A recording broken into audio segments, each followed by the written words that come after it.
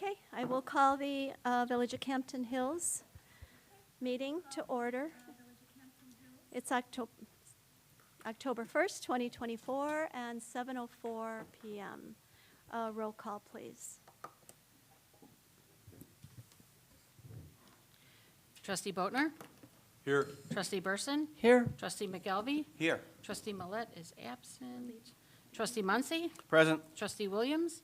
Here. President Wonicky? Present.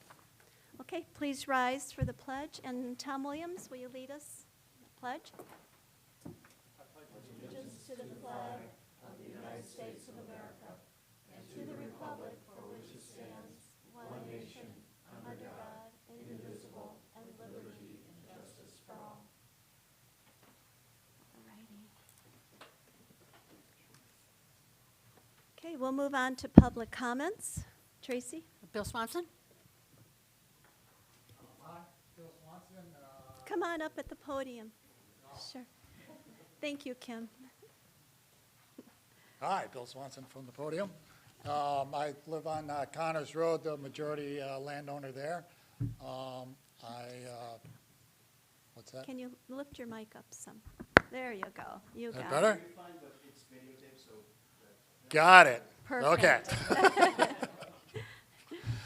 I sent in my comments to the president a couple of weeks ago. I believe all of you received that, so I'm not going to go through those. I did have a couple of comments on the minutes from last meeting. It was noted that I didn't own the wooded property at the corner of Route 47 and Connors. That's incorrect. I do own that property. I believe the property you're speaking of is the lot and adjacent wooded property at Kendall and Connors. Okay. There was some note about agricultural use not using Connors Road. I, in fact, have 4 field accesses that use it regularly. It was noted only 1 residence on the road. There's actually 2, and that lot, which, by the way, is access from Connors Road, also could be a residence. So I'm opposed to the change of Connors Road. Speaking with a lot of you, I've gotten a better sense for why that's being discussed. My purpose here tonight really is to answer questions and concerns from my statement, I guess. Okay, thank you. It's really not a question and answer. It's a public comment. Okay. So, yeah, if there's nothing else, then have a seat, and thank you. All right, for I'm being just here. I'm in support of having the road open, and Okay, good. Thank you. thank you for your time. Anybody else?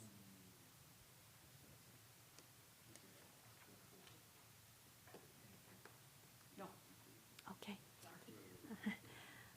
Okay, moving on to the consent agenda. Is there anything that needs to be removed from the consent agenda?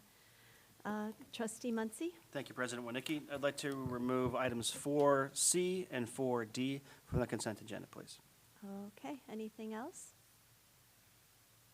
Okay, I'll accept a motion to move the consent agenda with the exception of 4C and 4D. I'll So take moved. a motion. So moved Muncy. by Second. Muncy, second by Williams. Or, I'm sorry, Burson. Okay, roll call, please. Trustee Muncy? Aye. Trustee Burson? Aye. Trustee Boatner? Aye. Trustee McGelvey? Aye. Trustee Williams? Aye. Okay. All right, Trustee Muncy? Thank you, President Go ahead. Wonicky. 4C, I asked to be removed just for a technicality, I guess. In the packet that we were given, it has an entire agreement from, unsigned, from July 30th of 2020 that would commit us to the entire agreement of $5,900. I think the intent is not that, which is Exhibit A, so it's unsigned, so we don't want to sign that tonight. We do want to sign or approve Exhibit B, which is a $1,260 12-month maintenance and hosting agreement, correct? Okay. Yes. Okay, so I move to approve item 4C with the caveat that what we are doing is approving Exhibit B for $1,260 for a 12-month maintenance and hosting agreement. Second. Okay, second by trustee McKelvey. Roll call? Trustee Muncy? Aye. Trustee McKelvey? Aye. Trustee Boatner? Aye. Trustee Burson? Aye. Trustee Williams? Aye. Okay, motion passes. Trustee Muncy, now you've got 4D. Thank you, President Winnicke. 4D is just for a clarification for transparency. I do not recall discussing this in a public session before, so just to be clear, this is the same firm we've used in the past for the same task that we've used in the past at the same rate we've used in the past, which is already budgeted. So this is just an extension or approval of a continuing contract that we are already utilizing. This is not another law firm. This is not new billing. Yes, and Chief Levand, I think this would be a good chance for you to explain what adjudication is for the folks in the public. Adjudication hearing, sort of a win-win for the department, the village, and the citizens. So it affords them the opportunity for certain violations to come here in front of adjudicator who's obviously its own entity, a different law firm. There is no bias, so it isn't like our village's legal team is the one that's hearing the case. They listen to it and they determine if a person, they don't call it guilty, not guilty, it's liable or not. And it works out good. So it allows the resident to come in, present their side of the case. Tom typically is the adjudicator that hears it. They have been great for us. So much so that even under the contract where we can let them know previously, like Carmen will reach out and say, hey, this month we don't have nothing. They won't come out and they don't charge us for it, which is pretty much unheard of. They do a great job, they're very professional, and then the alternative is, as a village, we can write them a state citation. We can send them to court in Kane County, where Kane County and the state's gonna take the big percentage of whatever it is. Here it's handled in-house. The fines are way smaller, which is also a benefit to the residents, but it comes directly back to the village. So it's a great process to have, so much so that actually Pingree Grove just reached out to us and wanted to model our adjudication hearing for the program that they are trying to start. Perfect. And just so the public and the board knows, almost every community across the country has gone to this methodology because it's easier for a resident or a business that's cited to make their case locally than go to court and have those kind of fees and records and stuff. And it's highly successful across the country. We're not pioneers in this. And if I can add one more thing to it too, the benefit to us is, we notice this with juveniles, is where if they would go to the court system, they're obviously pretty much going off of like status quo of what a fine or what a penalty may be. Tom will come in here, listen to the case, sort of see what the facts are, and a lot of times he may not even hand down a fine. He may say, you have to complete 30 hours of community service, you need to do this. If you come back in the next 60 days and you've complied with all this, the case is dismissed. So it's not just as like a monetary thing, that's not what we're trying to do. You're trying to get compliance, especially with juveniles. It's a good alternative to use. Thank you, Chief Levand. Okay. That being said, in public session, I move to approve Resolution 2425, authorizing the execution of an agreement between the Village of Campton Hills, Kane County, Illinois, and the law office of Megan LaFata. Second. Okay, second by trustee Burson. Roll call. Trustee Muncy? Aye. Trustee Burson? Aye. Trustee Boatner? Aye. Trustee McKelvey? Aye. Trustee Williams? Aye. Okay, motion passes. Moving on to staff reports, we have the Chief Levand. Give us an update. Thank you. Calls for service, month of August, 169, 11 accidents, 112 citations, and no arrests. Fall Fest was a huge success, no police-related incidents. The weather was great, and the fireworks show was very good as well. Deputy Chief Blinko and myself, we completed a week-long training a couple weeks ago in East Peoria. It was for chiefs of police in Illinois. It was called Enduring, Surviving, and Thriving as a Law Enforcement Executive. It was hosted by the Illinois Law Enforcement Training and Standards Board Executive Institute. The training was great, offered a bunch of helpful insight, new programs, and it was a good opportunity to network with 60 other chiefs across the state.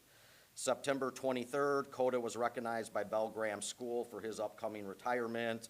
They collected toys leading up to the event.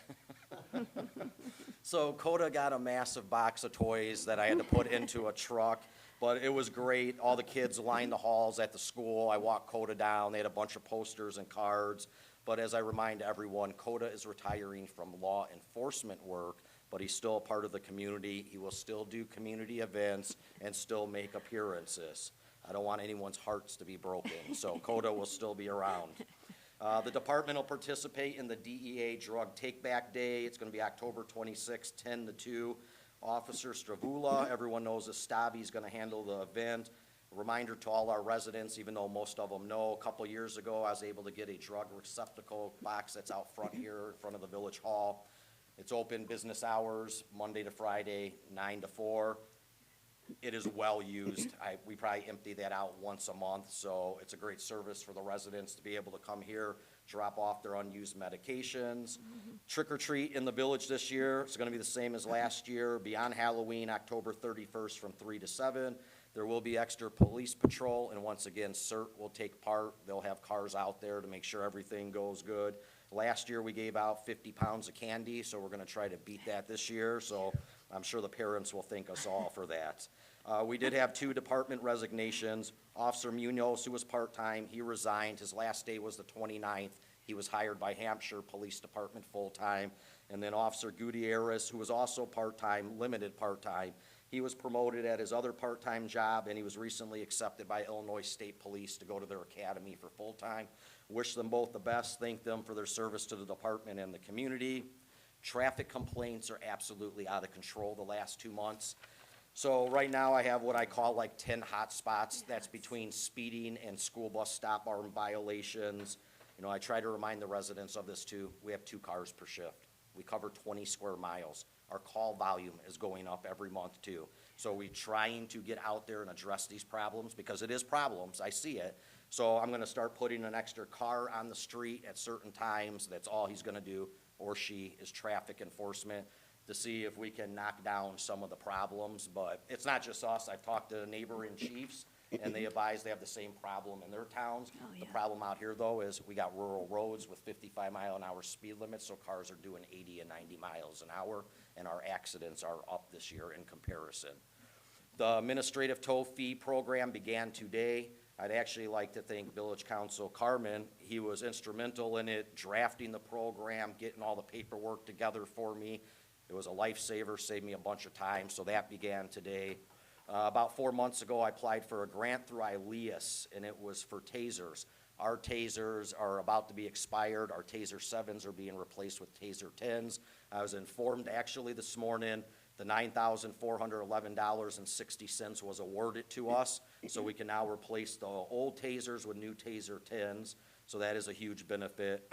And real fast, not really real fast, because it's going to take a little bit. So I'd like to thank and recognize a couple members of the department. Every day we have members of our department that go above and beyond.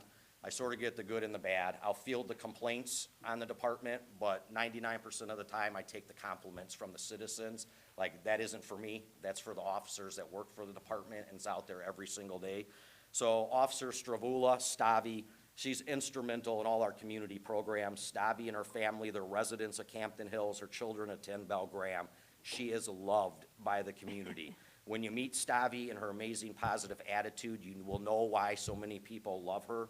Not only was she instrumental in a recent narcotics and firearms investigation that North Central took over for us, but she volunteered to become a child seat safety technician and hosted numerous events. Stavi was able to obtain free car seats for the police department that we can hand out at no cost. So if a resident has an outdated one that is out of warranty, we can now supply those to the residents at no cost. That was all because of Stavi.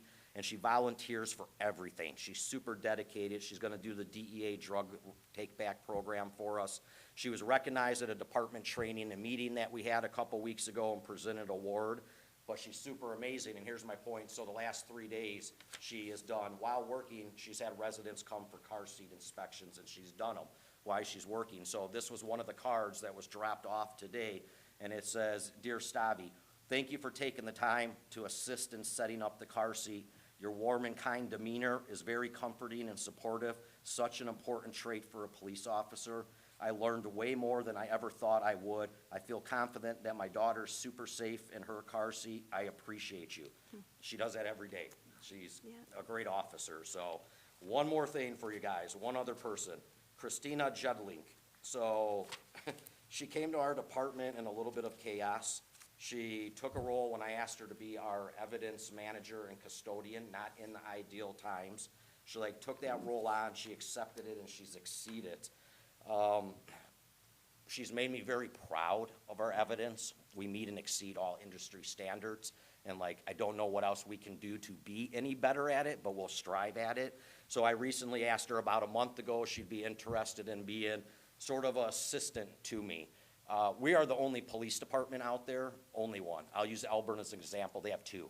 They have two assistants for the chief of police. That helps them. It could be paperwork, could be FOIAs, it could be redactions. We have none. That's me. I do it all. My plate is pretty full, so I was very happy when she offered to do this. So not only she shows so much dedication, she went and got her FOIA training, her certification, so she can assist with FOIA. She took her Axon training so she can redact body cam videos and that for us. She has done everything that I've asked of her and even more, and she continues to take on new tasks without hesitating. So I want to thank her for a lot of stuff that she does. Me and her go the end of November for a 2-day grant program where they're going to provide us a bunch of resources for grants. So she's going to start writing grants for the department, and I know she'll be successful at it. There's too much money out there that's floating around that our department's not getting, that every other department is getting. So there's no reason we shouldn't be getting our portions of it because it would help us greatly in the budget. So that's another task that she's taken on. But she's done a great job for the department, and she continues to excel at it. That's all I have. Very good. Okay, talking about CODA, we do have a proclamation that was sent to us from the, is it City of Hampshire or Town of Hampshire? Village of Hampshire. When Ed Muncy, we had sent out the packet, and the proclamation was in the packet, and Ed immediately emailed myself and Mark Rooney and said he'd be willing to frame it, and so we could hang it up next to CODA's photo. So if you would read the proclamation, Ed, we'd be Sure. very proud. I'm Yeah. sorry, the frame's not here. I'll read the proclamation, though, and the frame will be out in a few days, and then it'll be Sure. up there. And I will not stand for this. This is not my proclamation. This is, I normally would stand, but this is the village president of Hampshire. Hampshire. However, it is just such a nice tribute to Chief Levant and to his canine partner, CODA. We felt that it was important to read it. So this is the proclamation from August 10th from the village of Hampshire for the retirement service canine CODA. Whereas retired, Chief Levant and his canine partner CODA, a German Shepherd from Czechoslovakia and Campton Hills 1st Police Canine, and whereas Chief Levant and Canine CODA have been partners since early 2019, and whereas CODA is a certified dual-purpose patrol canine, trained in narcotics detection, tracking, searching, handler protection, article searches, and cadaver, and whereas as a canine public safety officer, CODA's services have been requested 129 times, including locating lost children, finding suicidal subjects, tracking armed felons, and locating dangerous narcotics before they have the ability to enter communities. And whereas CODA has assisted in locating numerous firearms used in the commission of a crime and thousands of pounds in illegal narcotics. And whereas over 40 outside agencies have benefited from CODA's training and expertise, including the village of Hampshire, and whereas CODA has worked with North Central Narcotics during his career, including high-profile narcotics cases. And whereas CODA has conducted over 100 demonstrations during his career, including schools, universities, and community events, where his skills are on display for the public. And whereas CODA's unique temperament allows citizens, including children, the opportunity to interact, including photographs and petting, and whereas Canine CODA will officially retire in October 2024 and will enjoy the rest of his life with handler Chief Levant and be rewarded with endless treats and toys. And now, therefore, I, Michael J. Reed, Jr., Village President of the Village of Hampshire, in recognition of the outstanding and valuable service of CODA, who has devoted himself over the last 6 years to the safety of not only the residents of Campton Hills, but residents across Kane County. Thank you, Canine CODA, for your service, and we wish him the very best in his well-deserved retirement. So CODA's not here, so I will clap for CODA and for Chief Levant, and say this is going to be very hard to follow for our village to recognize Canine CODA any better than that. So thank you for that, and thank President Winnick for allowing me to read that. Sure, and stay tuned. We will have a proclamation coming up as well. So, All right, moving on to action items. A motion to approve ordinance 24-09, approving a variation to allow placement of an accessory structure in excess of the maximum allowable square footage at 40W 938 Whitney Road. So moved. Okay, moved by trustee Burson. Second? Who seconded? I did. Okay, second by Nick. Discussion. Trustee McKelvey? Yeah, just a question for a village attorney, Carmen. One of the things on this one, whether or not the new zoning that's being discussed and changes take place, that they expand on the square footage to, then this would have been a no-brainer. But the thing, at least through my training in the past on zoning, is the question is, does it meet, is it truly hardship on the land? And that's the thing that I know the board, the committee struggles with, and it's the thing that I struggle with when I look at these things. So does it meet that hardship on the land? Sure, so there were 2 hearings on this, or a continued hearing. I attended the first one, and colleague, Ms. Neerman, was at the second, but I did listen to their discussion, and in its most general sense, it probably doesn't fit that the 4 corners of what we think of as hardship.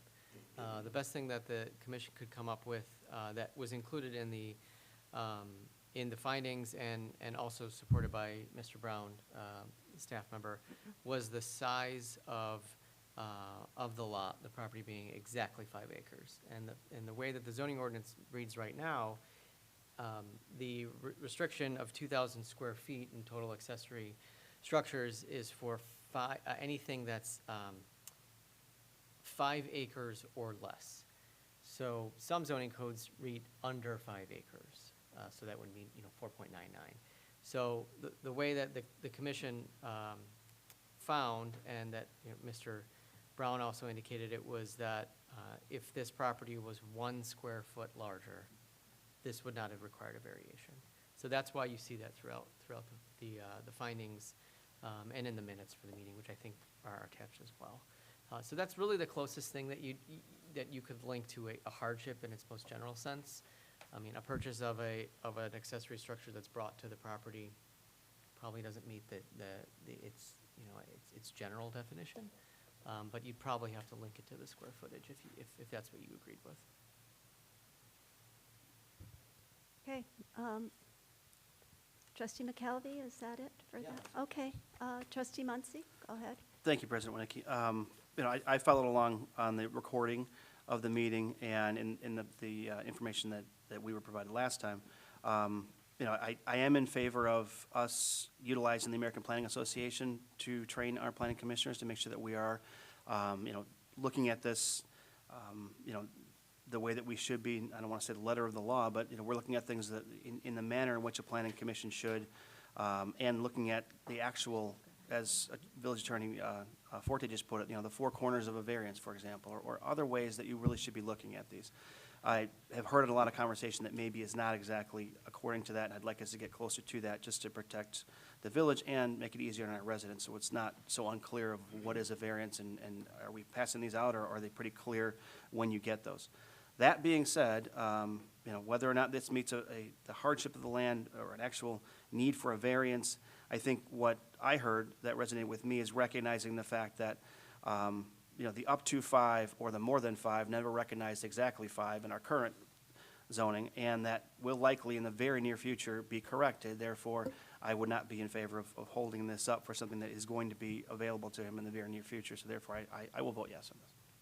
And Trustee Muncy, you make a good point that the zoning commission has addressed that specific issue, because there were some inconsistencies with regard to variations, not variations, but accessory structures and their limitations based on lot sizes versus setback variations. They weren't consistent throughout the code, the zoning ordinance, so the zoning commission is going to be recommending some changes to make everything uniform. Okay, any more discussion? No? Ready to vote? Okay, call the question. Trustee Burson? Aye. Trustee Boatner? Aye. Trustee McKelvey? Aye. Trustee Muncy? Aye. Trustee Williams? Aye. Okay, thank you. Motion passes. You're all set. All right, action item B, motion to approve Resolution 24-23, authorizing the execution of an agreement between the Village of Campton Hills, King County, Illinois, and H.R. Green Incorporated for McDonald Road Traffic Study Engineering Services. So moved, Muncy. Moved by trustee Muncy, second by trustee Williams. Discussion? If I could ask Scott Marquardt to come forward with Okay. H.R. Green. We did discuss, and Mike is not here, and Scott can address it. We don't believe we need to do the study per se for the geometry problem of Kindle as it reaches McDonald Road. And if we take that out, it's a reduction of how much for approval? It would be a reduction of $1,900 from the $12,500 current proposal. Yeah, so after discussing it with Scott and Mike, I don't think we need to, I would recommend we approve it minus that, because the geometry issue doesn't need to be studied, it needs to be put forward as a reason, but it's not necessary to do a count per se on that one. Okay, so the total cost of the traffic study, That would be $10,600. okay. Yes. Thank you. Okay, trustee Burson? I just would like to clarify that my understanding is that the purpose of the study, minus the geometry issue at Kendall and McDonald, would be to warrant the reduction in speed limit. Is that correct? That is correct. Is there any other purpose? No, the purpose of this study is to determine if a speed reduction is warranted, and we do not know until the study's completed if it would be or not. And is such a study necessary to establish the warrant for a reduction in speed limit? In accordance with, guidelines for establishing speed limits for roadways, typically, if there's not a study done and an ordinance created posting that, it does create enforcement issues for a police department, yeah. Okay, thank you. And factually, I would support that from my experience, and the chief of police could say, yes, that's true, and I think Carmen would as well. Okay, sure. Go, trustee Burson? Do you feel, given the assortment of remedies that are available for making the intersection of McDonald and 47 safer, do you feel that the reduction in speed limit is a meaningful and appropriate use of the village's authority, and that we would justify this expenditure?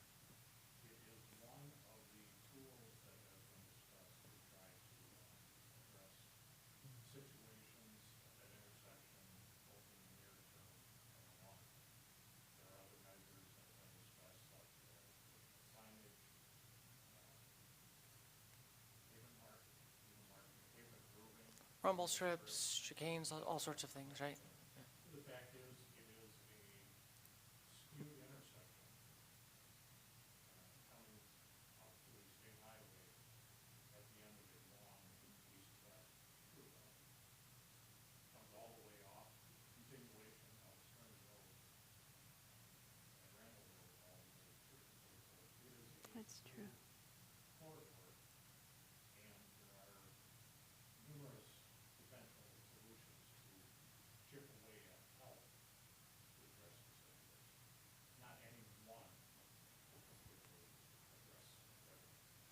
The designated strategic regional artery in that area is in fact Plato Road to the north, is that correct?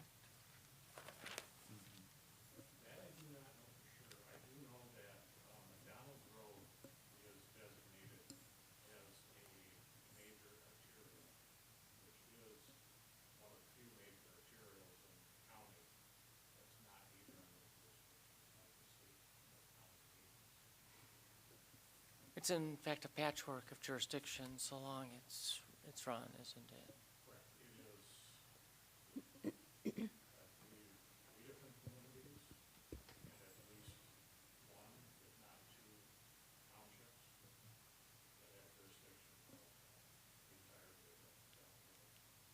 Kane County itself.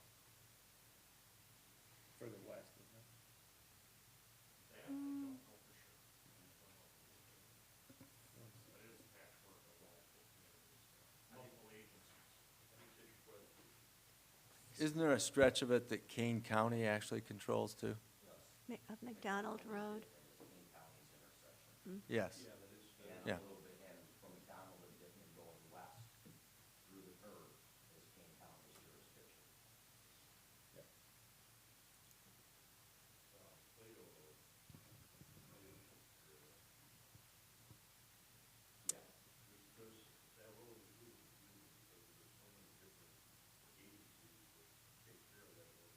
I think that's the point Scott was making, so I think we've established that. To answer, does that answer your question further? Okay, any other discussion? Go ahead, trustee Boatner. Thank you. Question, Scott, are you aware of any grant or grant programs that are out there? Because I swear I've come across some, I should have had them ready to go right now, but that fund improvements in safety, intersections, things along those lines. I mean, once we do the study, then we kind of have to put an action plan in. And I just have a hard time believing that just dropping the speed limit or making those changes is going to fix the problem. So there's going to be something bigger that has to be done. Are you aware of anything that's kind of focused on road safety, intersections, things along those lines? There are a couple of different programs. There is one called Highway Safety Improvement Program. The typical one, which is municipality gear, is not applicable for this intersection because it's an improvement on interstate highway. That, in order to obtain that type of funding, requires a request for documentation to be submitted to the state for a project like that. And those are the type of projects we're looking at. Bigger geometric. McDonald Road is eligible for Kane County Council's Service Transportation Fund, which is typically here use it for routine maintenance, resurfacing. It is eligible Can't hear. for greater work. Thanks, Okay. Holly. It is eligible also, although that is a very competitive program in future years. And while there is some funding available in those types of programs, keep in mind those are long-term solutions. That takes years for any of those to come to fruition. So a speed limit study, additional smaller type measures are shorter-term steps that a community can take. So there is funding there, but you're competing with other agencies for something that would be a long-term project. And the real safety area, I think the chief will back me up, and from his studies from the accidents, is the intersection of the IDOT controlled Route 47 and the interaction at that point. So we're not really the applicant for the safety improvement at that dangerous intersection. And the chief has had meetings with IDOT, KDOT, and our agency about those accidents. So I'd defer to the chief to explain that. Well, and just one quick point, as I listen to this, the discussions go on this, like, we're not eliminating accidents. I don't care if we take the safest intersection that there is out there, still has car accidents. Like, our goal here is exactly like what the discussion is like to take steps like that are, like, that we can take as a village, like the most cost-effective. Like, if we reduce, let's be, one car accident from there a year, like, I mean, the goal is to keep reducing it. Like, I don't care what intersection it is, like, intersections have accidents, no matter how much traffic control devices you have. So, like, I think, like, all the steps that are being discussed, and, like, those are all good steps. Like, you know, keep doing the things like we can do within reason to make the intersection safer. We're not getting rid of accidents there. And yes, 100%, 47 is IDOT. They're gonna have a massive say in anything that goes on there with the intersection. And even closure west of 47 on McDonald that the chief and I recommended the last meeting we discussed this, is just gonna take a segment of traffic from the west going east, and we'll force them to go down Burlington to the traffic circle and possibly then be on Burlington instead of on McDonald. But if somebody's desirous to go east and they don't want to use Plato because of the high school or any number of reasons, they're going to wind their way back on to 47 and take a right turn on McDonald. So we'll decrease some of the traffic and some of the accidents of people going through IDOT's Route 47 on an east-west direction. And that will be helpful because they're crossing 2 lanes of traffic that are traveling 60-plus miles an hour. So that closure is probably going to be the biggest step of safety. But that's a drastic step for some people, as AKA the deputy fire chief from Pingree Grove. Okay, I'm just going to let Nick finish. Go ahead. Just and then one we'll follow-up. get to you, Person. Thank you. While we're working on this study, we had also talked about the rumble strips. And while we're on this topic, has that been done, or what needs to happen? Is there something from us that needs to happen to get that approved?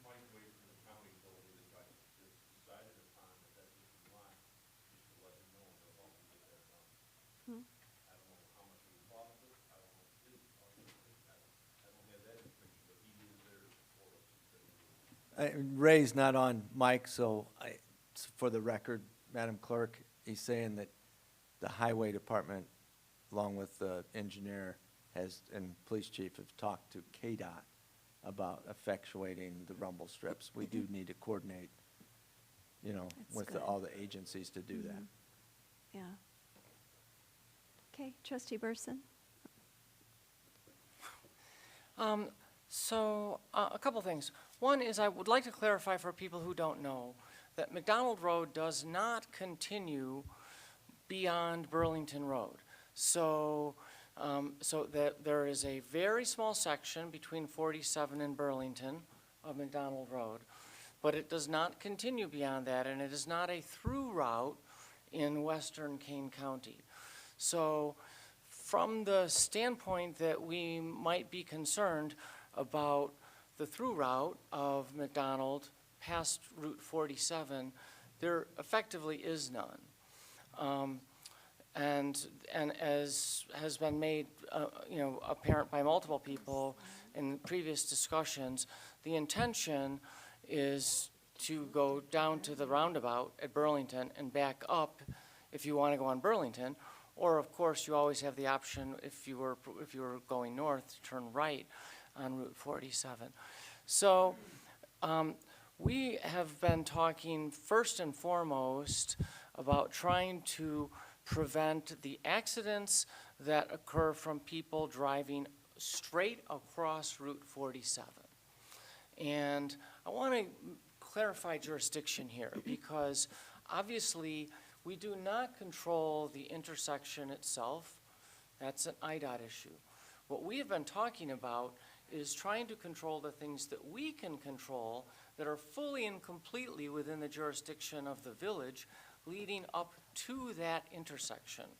So while we may be limited in what we can do at that intersection, we have a variety of things that we can do that are fully and completely within our jurisdiction as a village as you approach that intersection from either direction, actually, right?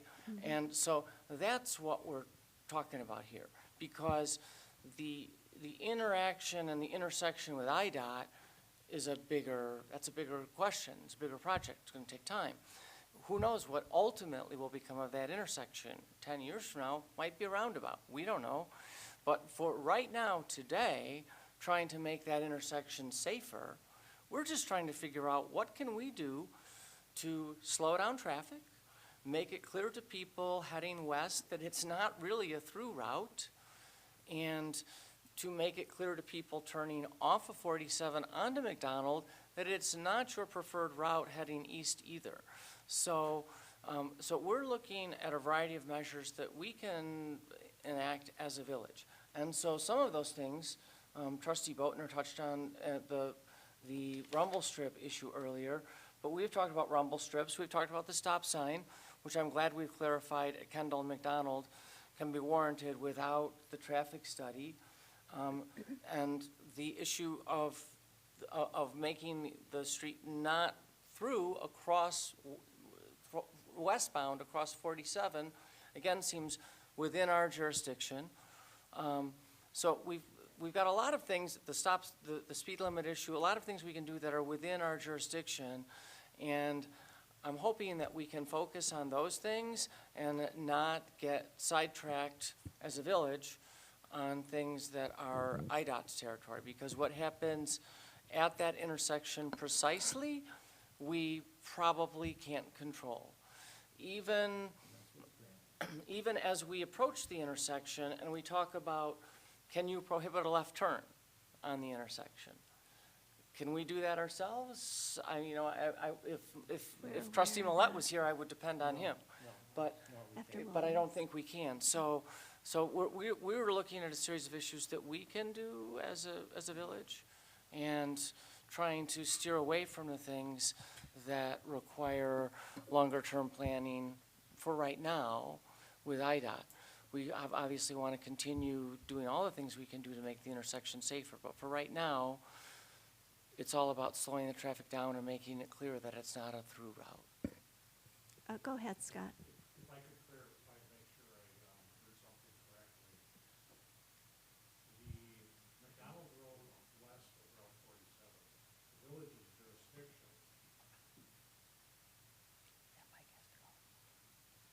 I think it's probably, needs to be changed. McDonald Road west of Route 47, the village's jurisdiction ends at Burlington Road.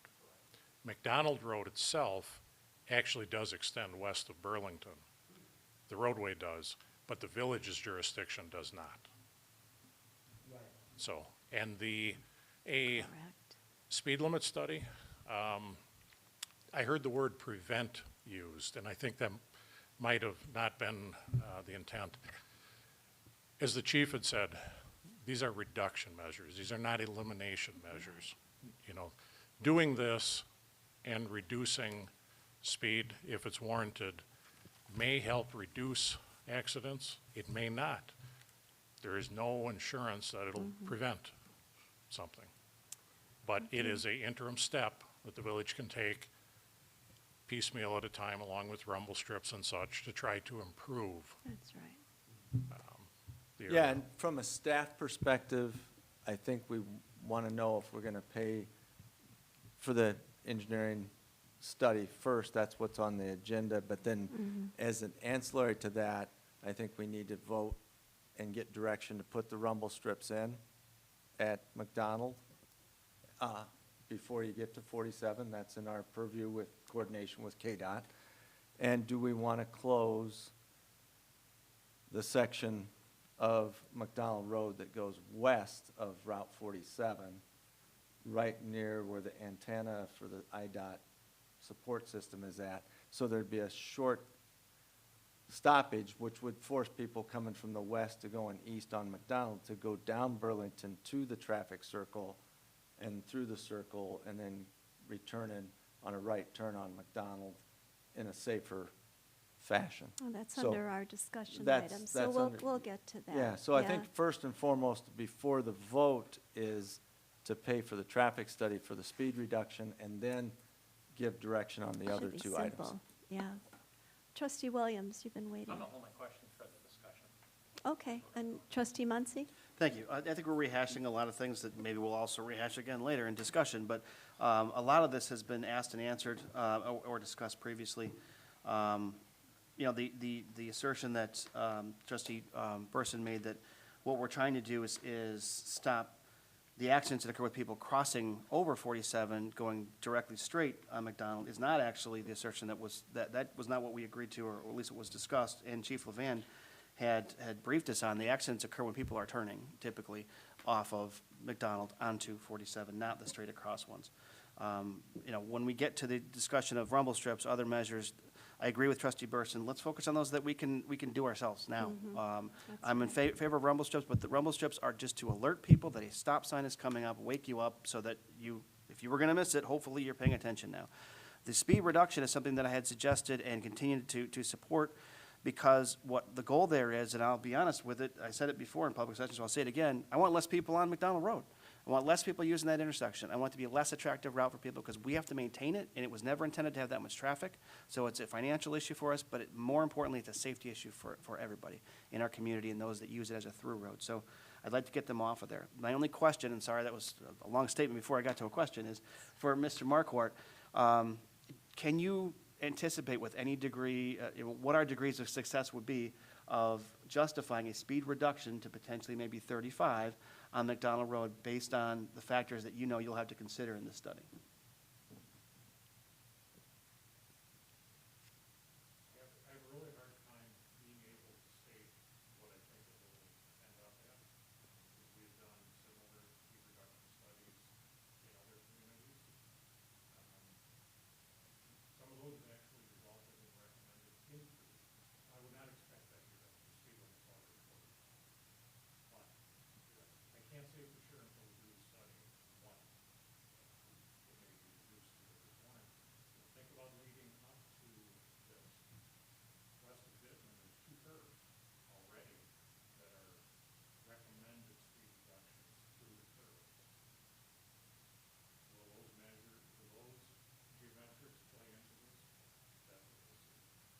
So, but unfortunately, I can't give you an answer as to what I think the odds of the result will be. Thank you. Okay, we need to move on. Are we ready to vote? No, we're on action item. Yeah.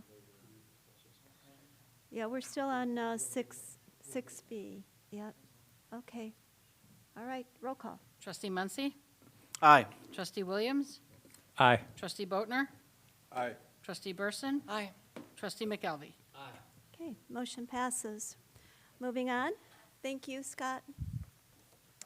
6C, motion to approve ordinance 24-19, authorizing the sale of real property owned by the Village of Campton Hills. And this is, this will involve Norton Lakes, and I believe the sale price is $1. Correct? Yeah. I think it's $10. It's a Oh, it nominal, went up. nominal, It was it's a $1. nominal fee of $10 just to show consideration for that transaction. But yes, this is the lot 115 in the interior of Norton Lakes that is going to be transferred over to the Property Owners Association. So moved, Muncy, Okay, on moved by, and 6C. second by trustee Williams. Okay. Discussion? No? Okay, roll call. The only, Oh, sorry, no, the go only thing that I ahead. would say is I believe there may be another parcel, which I gave some information to Administrator Rooney, that we should consider, but I assume that can be done in a separate transaction. Yeah, In the same subdivision, or? yes. Yeah, okay. All right, roll call. Trustee Muncy, Aye. Trustee Williams, Aye. Trustee Boatner, Aye. Trustee Burson, Aye. Trustee McKelvey. Aye. Okay, motion passes. Moving to 7 discussion items. Intergovernmental agreement between the Village of Campton Hills and the Campton Township Highway District relative to the Village of Campton Hills roads located in Campton Township and certain roads in Plato Township. All right, And this is an attempt to develop and foster better relations with the Highway Department and effectuate a relationship that would be akin to what we do at the Police Department during budget discussions. We'd set goals and priorities at the budget hearings, and then in the budget goals, and then in October, November timeframe, at the convenience of the Highway Commissioner, in this case Sam, and/or Ray, to give a synopsis of those goals and objectives that were accomplished over the summer, whether it was clearing line-of-sight issues on roads, clearing ditches of obstructions for the flow of stormwater, pothole patching, any number of metrics that we use. What we would do away with would be the Highway Department writing invoices, then the finance treasurer and myself approving the invoices to be in the right form and to Hoyle, which we have very little, so the folks know ways to object, whether they used 1 or 2 or 3 men to accomplish a task. I mean, how am I going to challenge that? So we're going to get out of that business and into the business of fostering a better relationship. And hopefully, and so folks at home understand, there is no property tax at the Village of Campton Hills, but the Highway Department does have a tax levy. They levy across the 101 miles of the village, because they do the whole township. 70% of that is the village. The village contributes its road and bridge local distributive fund money to this cause, and tied to the tax levy of the township highway department, not the township separate, we come up with about $2.2 million annually, and that is our public works department. So we're going to actually start having a relationship with the highway department as if they were our public works department, doing all those things that a traditional city or town does. And at 2.3 million, that is a deal for the citizens of this community, writ large.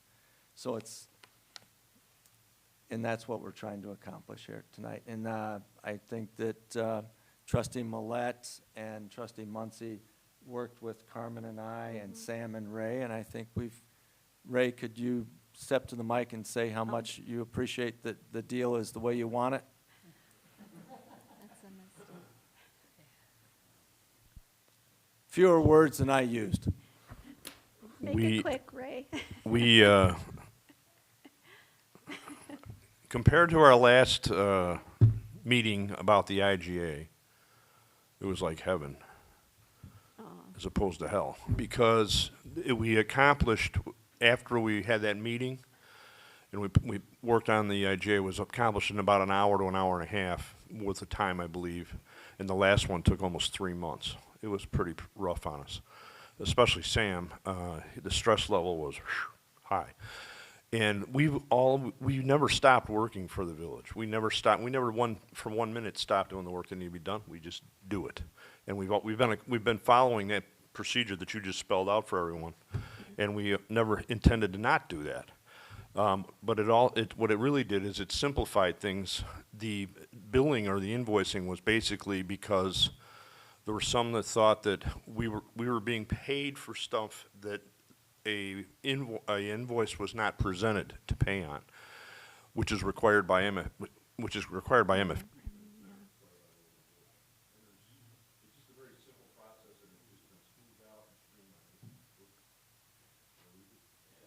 You're very happy. Just say that and have a seat. We're ecstatic is the word. Yes, it was so much better all the way through. Thank you, thank you, thank you. Everyone involved, thank you. Let's see, Trustee Muncy has something to say. Okay. Yeah. I'd like to add just a little bit of information. I won't take too long. This is reaffirming and reestablishing the partnership with a very valued partner of our village, Campton Township Highway District. In addition, just to add some specifics, the lack of invoicing or lack of detail that this agreement allows us to create, why that's a positive, it's limited only to road and bridge funds, which are not something that we were ever really getting to the penny, because it's in the agreement. It's always been money that would have gone to the Township Highway District, but for the village being here, and we've continued that. So the 75% billing or whatever for that goes away because it was not really beneficial to the residents or to the district or to the village staff especially. The detailed billing for things that need to be detailed, such as billing for Plato Township roads that can't have, has to have separate funds. Billing for MFT funds, for motor fuel tax funds, which cannot be done without a separate agreement now. We have to have a separate agreement and separate billing to a separate standard. That's all very clear and defined, and we've agreed on that. And yes, we get to that stage, that'll be very clear, very detailed billing. But otherwise, the Township Highway District gets the money they would have gotten, but for the village being there, they perform the tasks. They, report back to us a couple times a year about how things are going, just like the police department does, and I think it's a great partnership. It's the way it should be. And to clarify further on the Plato, before the highway department does any work in Plato, they contact and explain it to me, and I have the ability to say, no, we're running out of money, I need to save some of that money and defer it, maintenance of that tree trimming or that ditch till next year, because I gotta have some money for snow plowing. Because we don't want to use MFT dollars for general maintenance. We use that through our annual road program because we have H.R. Green or a subsequent engineering firm, if the village ever changed, fill that specific detailed paperwork out because that does get audited. And that's the other decision, you know, that you're kind of uniformly setting the standard for, that we will use MFT for our road projects, not for, unless there's a dire need for snow plowing or salt, which is allowed, but we want to use as the priority of dollars for roads. And we use other funds to take care of, you know, the typical public works standard work, be it in Plato or Campton Township. Thank you. Right. Trustee Burson? I want to make sure that I'm clear. I think I am from what Trustee Muncy said and what Administrator Rooney has said. And I'm very grateful for the work that Trustee Muncy and Trustee Millette did on this intergovernmental agreement. In the past, prior administration represented to us either through misunderstanding or otherwise that these road and bridge funds were audited and required detailed billing. And that is in fact not the case, right? That is, as Trustee Muncy just mentioned, that is truly the case with MFT expenditures. But it is not the case with road and bridge. And so we don't know why this was misrepresented to the village previously by the prior administration. But I mean, my perspective as a resident was that it was misrepresented to me. And I don't think that most residents understand these acronyms. But there are two very different funds that we draw from for roads. And the one of them is heavily audited and the other one isn't.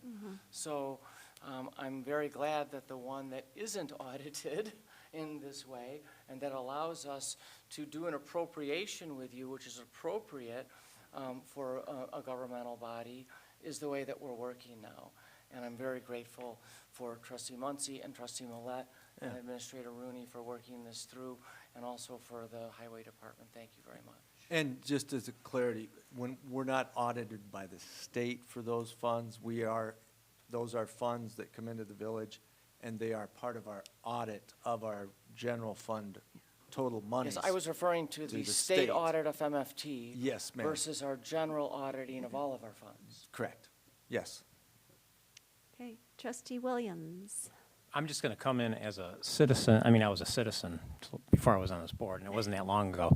When I first heard about what was going on before, and I was shocked because I didn't hear of it, I was like, why?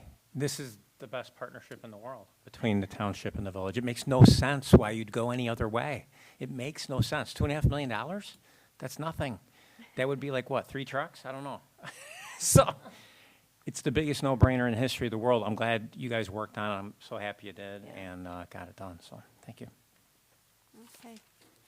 Nick, one last comment. Go ahead. Thank you. Sure.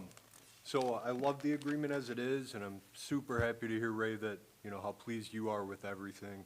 One thing that I would throw out there that I feel like would benefit the village and the highway department, and this could be a good opportunity to do it, would be a collaboration in grant funding. I would love to see that language in this IGA where we had a consortium between the two where we could collaborate on grant funding. There are so many opportunities out there for everything that you do. I've been looking at them over the last month, and I've got, lists of them. A lot of them may not apply to us, you know. I mean, I bring things up to Scott, and oftentimes, you know, it's just not a good fit for the village. But between your department and the village, you know, someone dedicated here, someone dedicated there to work on these things together. This could be a great opportunity to add this into this agreement. So I would just like to hear thoughts on that. Thank you.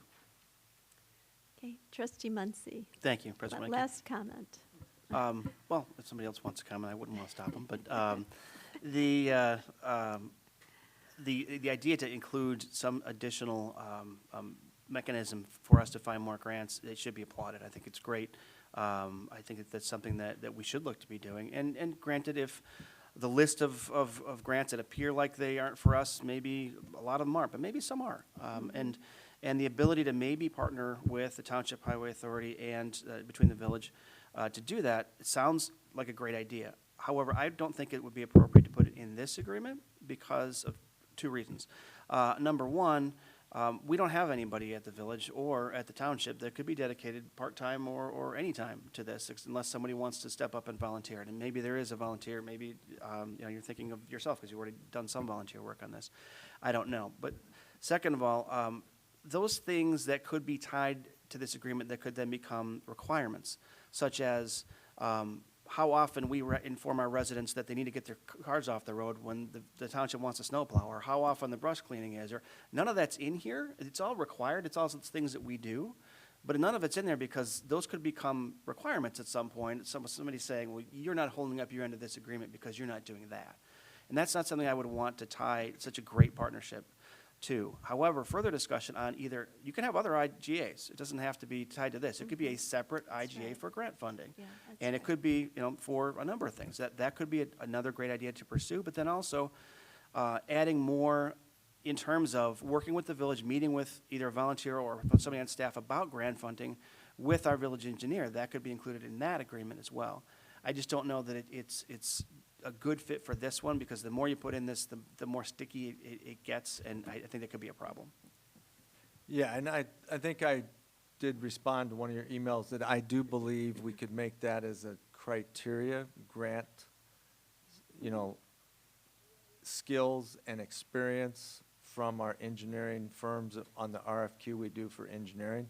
We'd use that as a criteria of grading and evaluating which engineering firm that could be part of our overall assessment to which engineering firm to select as our engineer of record.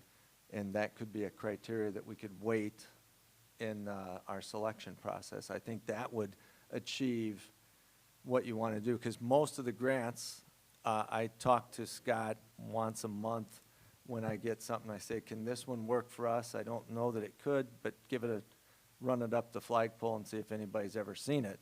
And we have that conversation monthly, because I get a lot of alerts that even you all don't get from different agencies. And he has followed through with some, and that's how you've got into the KDOT bypass list by some of the work that you approved a year earlier.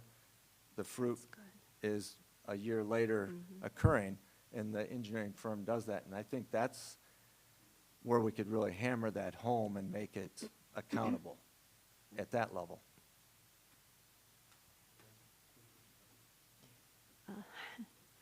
All right, last comment.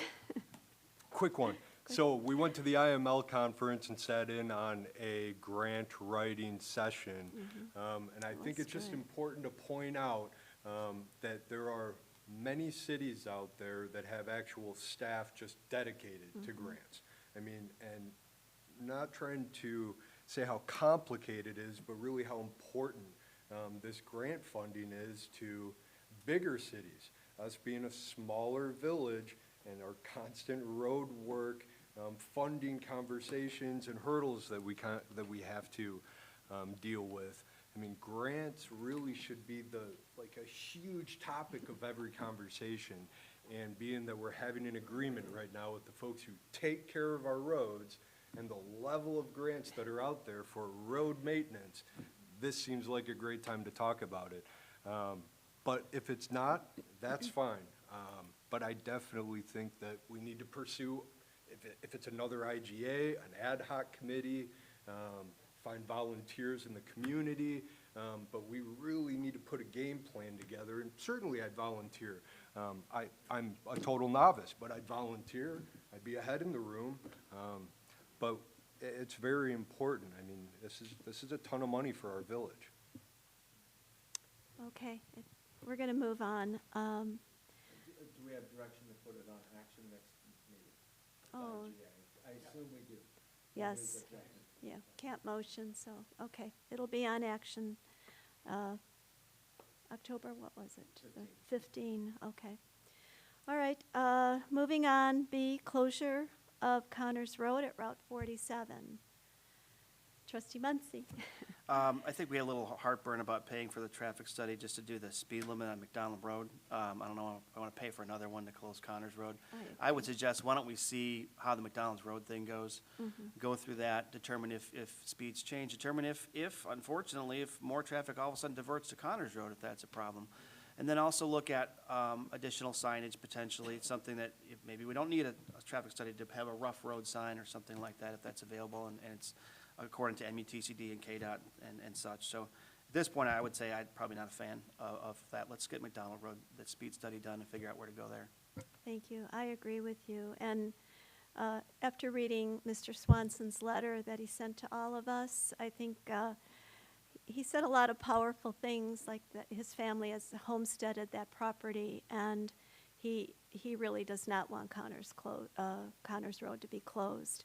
So in my world, I have respect for the Arcane County farmers. So, you know, if it came up to my vote to break a tie, I would vote no. So, Janet, Trustee Burson. I also read the heartfelt statement by Mr. Swanson. I spoke with him briefly before the meeting, and honestly, I don't understand all of the specific issues that were brought up. You know, there were some representations that don't necessarily make sense to me, but I'm not a farmer, so I don't necessarily understand how and why someone can pull out onto Route 47 off of Connors with a vehicle that can't pull out onto Plato from Kendall, which I think was mentioned. My concern, and the reason that this came up, the closure of Connors in the first place, which I don't think requires a traffic study, was because of two things. One is the condition of the road, and the other one is that regulation of traffic at McDonald, which we've had an abundant discussion about, is certainly, it's not almost certainly, it's not it might, it could, it will certainly lead to more traffic at other places. This is what drivers do. If you tell them they can't go this way or they shouldn't go that way, then they find a different way. So if you try and tell people that they shouldn't or they can't or go cross 47 or they can't turn there or whatever, they're going to seek another way. And the closest alternative place is Connors. So that's why it came up. It wasn't because anyone wanted to punish Mr. Swanson or any of the other residents along Kendall Road. It was because of a concern that in trying to do a good thing at McDonald, we would inadvertently cause a bad thing to happen at Connors and 47. Connors and 47 it's differently dangerous, and perhaps Chief Levan can speak to it. But we don't have the same issue with the geometry of the angle and everything, but we have a hill. So you come up to Connors at 47, immediately on your left to the south is a hill, which you cannot see over.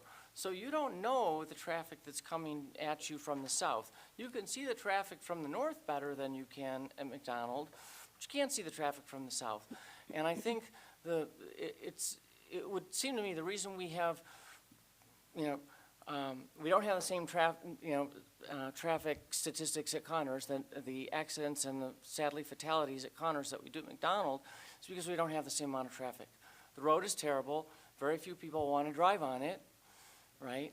But if they did, it is not a safe place for people to be trying to turn, especially if they're trying to turn left, south on 47. So I very much respect what Mr. Swanson has said, and I don't know really what the right answer to this question is, but I think that we have to understand that the traffic is going to move, and so if we're not gonna close it, we have to fix it and improve it, which again brings us back to KDOT. So, or IDOT, excuse me. All right. Trustee Williams? Thank you, Madam President. Mr. Swanson, I was just going to ask you directly. You know, I live at Corin and Silver Glen, and I've lived there for 30 years, so I can kind of tell you, like, I know what goes on at that intersection. I appreciate your letter because you've lived there long enough. I don't know your street. I drove on it once, just because we started talking about this, and it is in bad condition, by the way. I noticed that, but it doesn't seem like it bothers you. But, yeah, so I think, you know, my opinion of it is, I kind of go with Ed on this, is just, I mean, you obviously have nothing against what we're going to try to do on McDonald. Right. So if we do make changes to that, if you can monitor it for us and just be like, hey, the traffic's getting crazy, I'm sure you're going to come back and tell us that maybe, possibly, if you have a real problem going on, I right? hate to jump in, I know you're new. Yes. Oh, I'm sorry, am I supposed to directly talk to him? You're not, but that's all right. You can, but you have to ask the rest of your. Sorry. Your fellow. So- Go If we're ahead gonna and- break protocol and I broke it well. Yes. I mean, so that's good. Well, I Go, just- go for it, because I think we should Yeah. But if engage you in want to a just answer that, conversation. so I guess, well, in my opinion, I think the best Let thing to him do is to finish. work on McDonald. Yeah. Let's get this rectified. I think quicker, I mean, the rumble strips, I mean, is there any limit to the rumble strips at all? Like, is there a weather issue with those? We can do it at any time? So, okay, so, and I say we monitor it and just see it, because I never, you know, it's like if someone came to my street and told me what was going on, I wouldn't like it. And when you wrote the letter, I read it, and I was like, hey, you're telling me what's happening there, which is great. So I appreciate it. Amen to that. Thank you. Very quickly. Okay. Oh, thank you. I know. You called him up before. The question is, I have to have a decision to service that road. I just had my guys out there, they filled the potholes again, and it's because it's partially chip sealed and it's partially returned to gravel. It's a mess. So I have to service the road for him. He just doesn't deserve to have a road in that bad a shape. So I'm not saying we need to pave it. He doesn't really want it paved, but he would like to have it at least smoothed out and possibly chip sealed to cut down on the noise and the dust.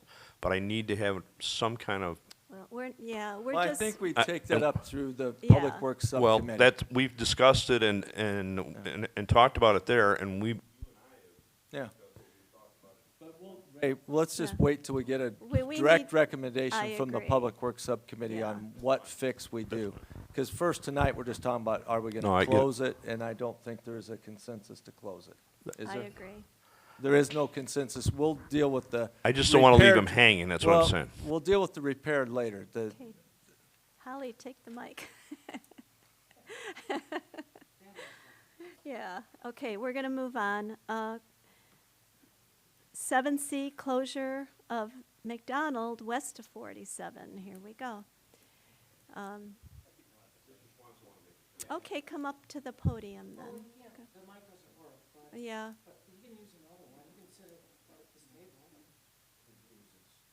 There we go. I do want to hear what he has to say.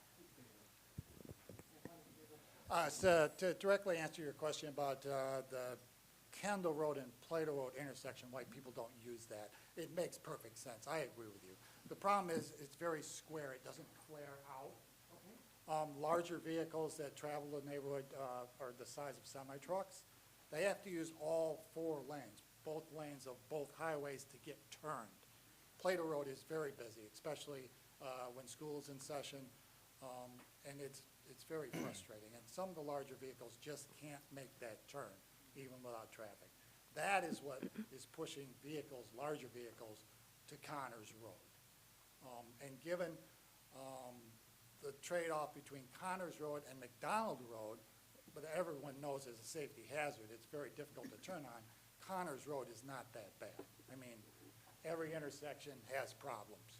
It's as simple as that. That's right. And the state has done a good job of keeping that mode back and the intersection visible. There is a barrier to the north, to the south where the hill is, for smaller vehicles, you're right, it can take a good look to make sure a car isn't coming, but I don't find it to be the safety hazard. So that's why they're using Connors Road. And No, we're not going to go back and forth anymore. I'm sorry. I apologize. Yeah. I was laughing We're just in gonna- response to Chief Land. Thank you. We're going to move on. Thank you. Closure of McDonald west of Route 47. But Okay, discussion. Anybody? Trustee Williams? I think it should be in the same spot that Connors is. I think we should just wait. I I think we should do whatever we can quickly and do the traffic study, do the rumble strips, slow it down. I really do think McDonald, the biggest problem I think you have at McDonald, and I don't think people, I drove McDonald Road for 30 years, well, not 30 years, because I drove through downtown St. Charles. I was so happy when they put Stearns all the way through. Yeah. But people are going 100 miles an hour on Stearns. Stearns is a highway for all intents and purposes, and the police really have no good way of monitoring that road. I mean, they're going 100, and I've seen people going 125 on it, passing me like I was standing still. So I think what happens is the traffic, and there's people that, and I know people that live west or up into Hampshire, and that's their other way. They don't take Lake, they take Stearns, and they just continue, and they fly on McDonald. And McDonald has become that road, which, you know, a road between multiple jurisdictions always becomes the most garbage road on the planet, and that's McDonald. It's always been that way. It's always been dangerous. The intersection of, like Corin and that's a horrible intersection. They've done a lot with the four-way stop now to slow it down. At least people know that live there. But I saw a guy get killed on a motorcycle there years ago, Yeah. and I was like the next guy there. So I just feel like I think it's going to make a difference with the rumble strips and the speed, but we have to give it a shot first and then see what happens. Trustee Burson?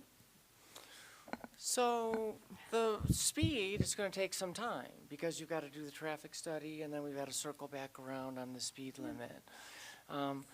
Some of the other things can be done without that data, including closing this section of Connors of McDonald between 47 and Burlington.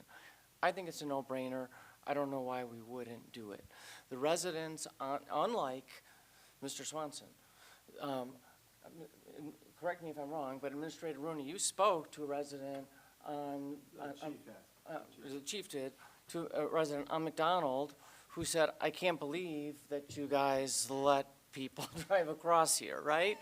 And so the longest there are three houses. There are three houses, and they will all have access to Burlington. So no one living on McDonald is inconvenienced. None of them are farmers. None of them have large vehicles, of the form that we're talking about on Connors and Mr. Swanson is working with. And the relative power, when you're talking about trying to stop the flood of cars going west towards an unsafe destination, if you're trying to stop that, any and all the things you can do matter. And it seems to me there isn't anything more powerful you can do than say, do not enter when you get to 47 and McDonald. I mean, it's the single most powerful thing in our toolkit. If we can justify the speed limit reduction, which is not a slam dunk, because the situation with traffic there is it's very heavy and it's very fast when it's there, but the rest of the time it's not. So if you average that out over the day, it doesn't necessarily look like a lot. And so we may not be able to warrant the speed reduction. Actually, when we do the study, we might, but we might not, right? And the rumble strips, that's going to help a little bit. But I can't imagine anything we can do within our own jurisdiction that would have a more powerful effect on trying to reduce the flow of traffic at that intersection other than a do not enter sign. And that's what this amounts to. When you close that little section of McDonald between 47 and McDonald, you're saying, do not enter here. And if your idea was that you're gonna go through here to Burlington and to parts Northwest, think again, because you're not doing it. You're gonna go up 47 and you're gonna turn at the Plato roundabout, right? So I don't think we're inconveniencing anybody and, unduly, and I think that I can't imagine why we wouldn't do it. Okay, go ahead, trustee Boatner. Thank you. It was probably 8 months ago-ish, I feel like, when maybe we started talking about this, but I called IDOT and they had a bunch of statistics or boxes that needed to be checked before they start working on an intersection for safety issues. And I'm not sure, Chief, if you're familiar or if you know if we've hit those criteria yet, but at some point IDOT is going to kick in and they're going to work on the actual intersection as well, as soon as we meet I those think criteria. that Scott can correct me, but it's 20, in their 2030 plan, so they might get to it at 2033, 35. Even for these kind of safety issues like fatalities, doesn't that? Because the big money that they're allocating to widen the road and to do improvements, that's when if they had a serious safety issue, but they've worked with our jurisdiction, KDOT, and Chief Levan can answer that safety aspect. And Scott, it is like in the mid-2030s before they widen and We're improve gonna- 47, And we're right? going to let Chief go first. Hold on, Scott. And you have to put this in perspective on it. So as we sit here, we consider the accidents there, serious and fatal, to be severe, which they are. It's a loss of life. To IDOT, and I mean no disrespect to IDOT, this is not severe. Like, let's put it in perspective, like, for an entire year, we have 15 traffic accidents there. One of those translates to a fatal, and most of them have some type of injury. That's sad, like, we don't want that to happen with a single accident, but when you look at what IDOT looks at on roadways every single day, that is a state highway, Route 47. Yeah. That does not meet IDOT's, and this is what IDOT has told me, that does not meet their level of what they would consider a seriously dangerous right. intersection. Is it dangerous? Absolutely, it is dangerous.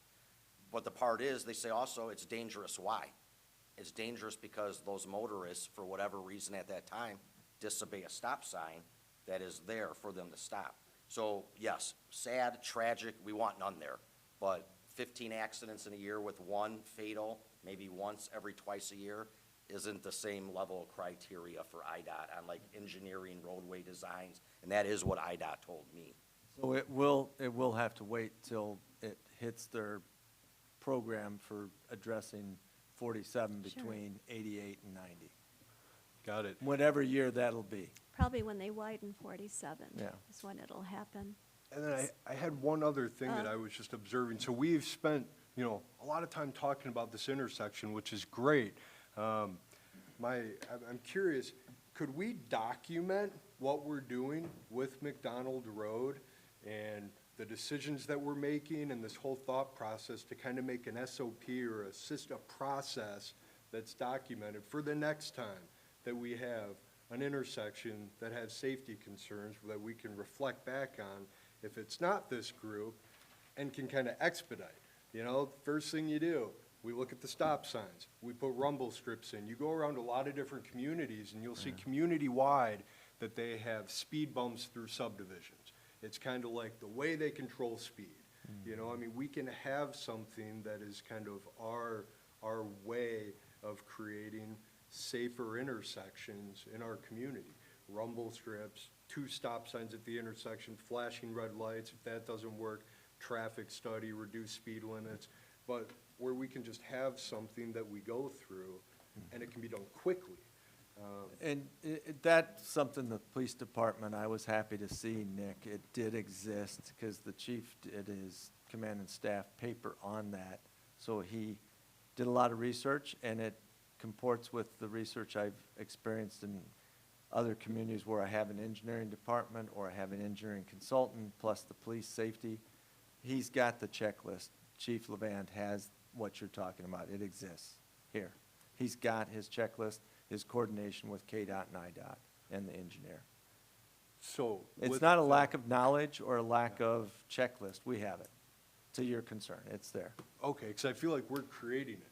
Like, No. that's No. what No, we're we're- doing. No. We're sitting Large part of it, brainstorming. we're following the No. checklist the police department has for That's that right. intersection already. Yeah. Okay.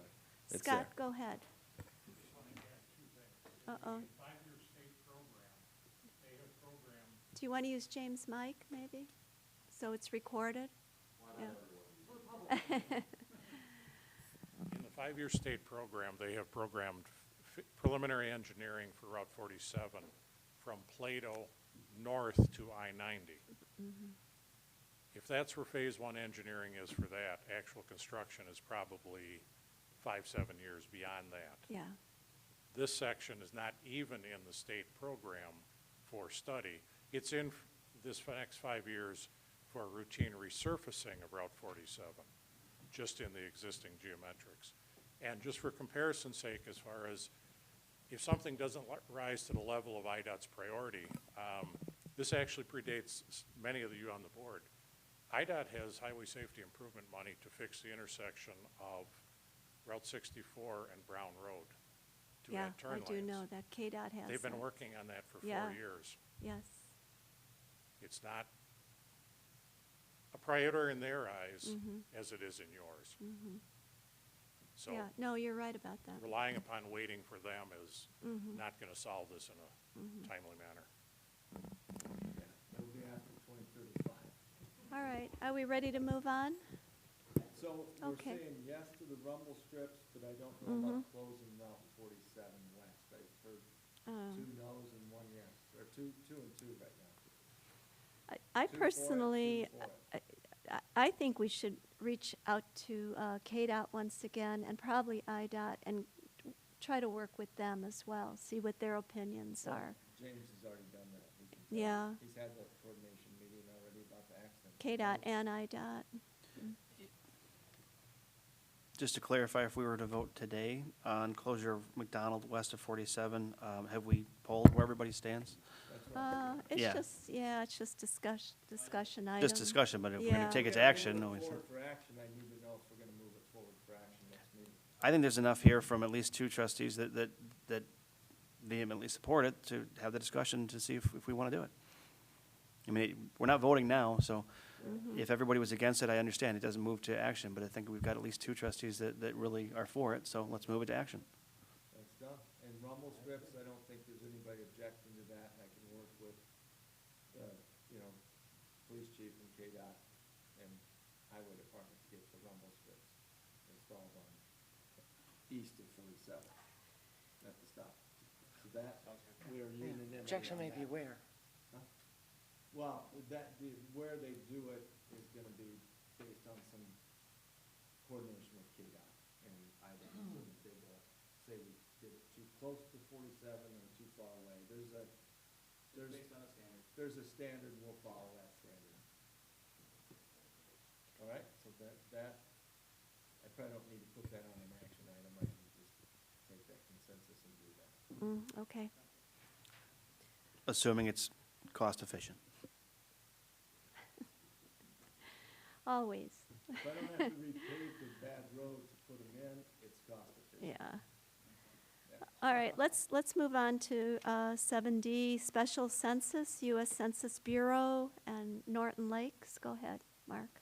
This is something that I was planning on doing, but the IML notes from trustee Burson said, so when are you going to do the special census? And I said, well, I was thinking about when I get down to the last 6 or 7 permits being issued for Norton Lake, and I checked after she came to see me, and we have issued the permits. They haven't dug the foundations for 7 units, but the permits and the review and the permit fee has been paid, and the buyer is, timing it out a little differently, but they're sold. They are now sold out, and if you average at 3.1 per occupancy of each of those I think it's 107 units. I got to go back and look at that development agreement, because there's 115 lots, as we said. We're just giving the 115th remember? back to the No?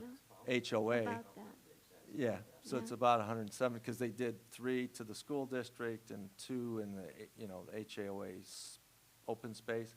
So I think it's about 107. So just figure even 100 at 3.1. And this village's only funding source, large funding source, is the local distributive fund, which is based on population. So we need to get that 3.1 times 100, you got 300 plus people, and you do that, the special census will last for about 6 years. So getting 6 years of 300 plus individuals added to our bottom line of those state revenues, it makes cost effective. And I'll be contacting and getting an agreement, hopefully from the Census Bureau by the 15th, if it can be moved to action. Because I felt bad that she came and said, when are you going to do it? And I was like, well, I was kind of talking about it, but I'm not ready yet. But I can get ready by the 15th, I think, unless the Census Bureau has a holdup. Okay. All right, let's move on. Additional items from president, trustees, or attorney. I'd just like to mention that I'm currently working with 3 townships and 3 villages. These are the ones that would have been affected by Charles Farm had it passed, between Brundage and La Fox Road. We're going to start meeting regularly. We've kind of formed a union here, and it's not that we're opposed to development, but we are all in favor of responsible development.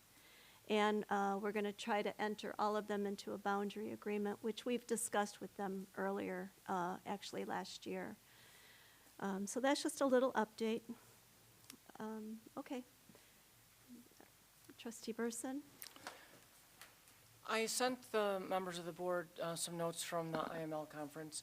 It was a great conference, and 2 really 30,000 foot view takeaways for me are that when you go to something like this, it encourages you to think outside of whatever the box you were living in your town is, which is a good thing, right? And the other thing is that they bring up for us things that we need to know that are timely. So they have this conference in September, I think, in part because there's always stuff that's going to come up in January 1st of the following year that we need to know about. So 2 things, there's a bunch of stuff that I sent you guys, but 2 things that I think are important and I hope that we can talk about further in the future, or that Administrator Rooney can just work on internally. One was a new opportunity for us in joint procurement. And Trustee Boatner and I touched on this while he was there, that we hardly realized that we had the opportunity to just utilize state contracts to buy things. And when Trustee Boatner is working so hard on trying to find us the best possible deal on a generator, for example, or whatever, or other things that might come up, turns out we can source these things through state procurement contracts, and we've been able to do that for a long time. But this program was dramatically expanded as of January 1st. And so the information about that Administrator Rooney has and told me that he's been able to leverage this program very successfully in the past, and was a little bit surprised that we weren't doing it. So I'm hoping we're going to hear more about that from Administrator Rooney moving forward. The other thing that was timely was that the state of Illinois passed a statute about structural building codes, right? And so this has a bit to do with the disaster that we had downstate with the tornado that knocked down the Amazon distribution center, in which Amazon said, well, we obeyed all applicable building codes, of which there were almost none. And so there's minimum structural building code standards in Illinois now, and our codes that we have on, in our village code, the codes that we've adopted from the International Code Council are from 2012 and other various years. We need to be within the last 3 code revisions, according to the state of Illinois, on January 1st. Well, least that's what the directive is. I think a lot of municipalities won't quite make that date. So, so that means they update these things every 3 years, and they updated it in this year, 2024. So you either have to do the 2024, 2021, or 2018 version. They told us you really shouldn't do 2018 because FEMA wants you to be within the last two. We're 2012 is our code version that we've adopted, and it doesn't really amend or extend or anything like that the way the language would suggest. So we have to go through a process, all municipalities in Illinois have to go through a process of looking at these codes and trying to decide what you want to adopt and what you don't want to adopt. But they've given us directives, which I passed on to all of you, about the minimum expectations that the state has for us, which is quite a bit, more updated than where we are today. And I think it's going to fold in very nicely with some of the other building code conversations that we're going to be having in the future. All right, thank you, Trustee Burson. All right, we need to go into closed session. Motion to go into closed session. So moved, Muncy. Moved by Muncy, second by Williams. You gotta read the purpose. Just state the section. Oh, I have to state the section, okay. To discuss appointment, employment, compensation, discipline, performance, or dismissal of specific employees or contractors. 2C1, so moved, Muncy. Okay. Is there a second? Second? Yeah, Second? yeah. Okay, trustee Muncy, Aye. trustee Boatner, Aye. trustee Burson,